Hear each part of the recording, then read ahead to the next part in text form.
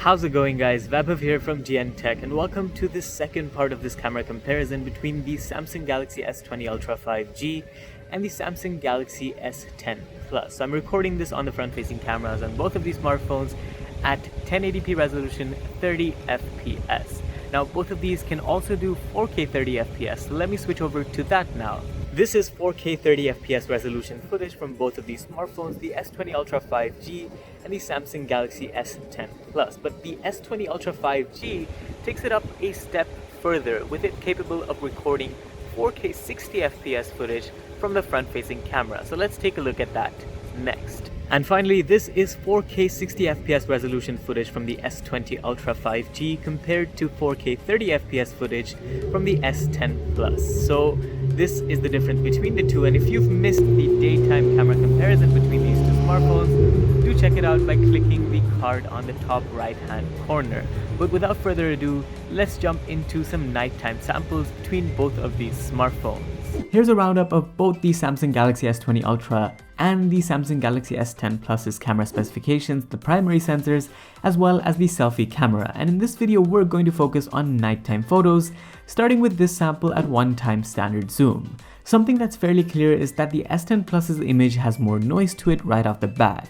Enabling night mode on both phones, they both take similar photos, but it seems to me that the S20 Ultra captures the slightly sharper photo. Zooming in 2x, it's quite clear that the S20 Ultra sample retains more detail, but with night mode, it seems that the S10 Plus does a far better job of it, even though it may have some more visible noise. At 3x zoom though, we start to see the improvements made to the S20 Ultra's camera, but with night mode, it seems to do a slightly worse off job. I think these inconsistencies are due to the pre-release software on the phone, and future updates to address this should be rolling out to different regions very shortly.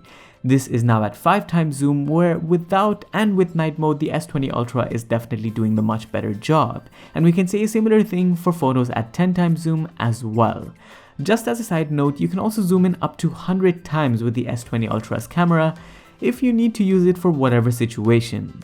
Moving to a different image now, it's fairly clear that the S10 Plus is able to bring out more detail in the photo when looking at the darker regions. With night mode, each phone enhances photos, but it seems like the S10 Plus gives off the brighter looking image. If you look a bit closer, you'll be able to tell that there is less noise to the picture from it, although because of the contrast, the S20 Ultra can bring more minute detail to life.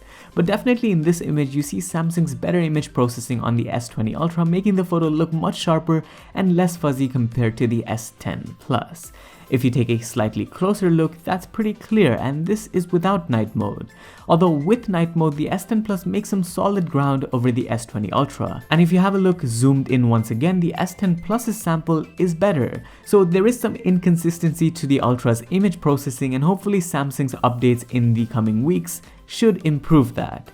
Here's another image without and with night mode, and here maybe the S20 Ultra's darker night mode is more favorable to control light exposure, although it does lose out on detail in dark patches of the picture, especially on that small shrub on the left, for example. The 108 megapixel mode though is still not ready to be used at night. This image now is to address the ultra-wide-angle lens on both phones, but if you look at it side by side, you see the S20 Ultra's better noise processing. Here's the sample with night mode, and following this are the ultra-wide-angle samples. The S10 Plus's image seems to process better here, and this is now with night mode enabled on both pictures. Zooming in, you do see that the S20 Ultra can capture slightly more detail in the ultra-wide photo. Moving to pictures of me, with night mode, both phones have considerable amount of noise to them, but the S10 Plus's sample is more clear and does the better job. Where the S20 Ultra excels is with the live focus mode, where both in the narrow and wide portrait modes, the photos it takes are much better quality. And mind you, this was in a very challenging lighting environment. With that, we'll move to the last of the still samples with selfies. The S20 Ultra is able to minimize noise better with both its normal and wide selfie mode, and we also tested its 40 megapixel mode for reference. Something the S20 Ultra does impressively well is selfie night mode, where it comprehensively beats out the S10 Plus's night mode implementation. As for portrait selfies, the S20 Ultra's camera is definitely better versus the S10 Plus's, which almost seems unusable in this lighting condition. Now, looking at 1080p 30fps samples during night, one thing that's obvious is that the S20 Ultra's video has less noise. It's also more detailed, but stabilization seems fairly on par with the S10 Plus, which also does a better job with detail in dark patches of the video. With the ultra-wide-angle lens, the sharpness and detail from footage is more pronounced from the S20 Ultra. And with 1080p 60fps footage, it's much of the same story here, but the S20 Ultra stabilization is also better in comparison to the S10 Plus in this case. This is now 4K 30fps samples between the two smartphones, where the S20 Ultra does take slightly sharper footage. With each phone's ultra-wide-angle lenses, you can see once again that Samsung's flagship for this year has an advantage. But at 4K 60fps, the more usable footage comes from the S10 Plus, with the S20 Ultra struggling a bit to focus.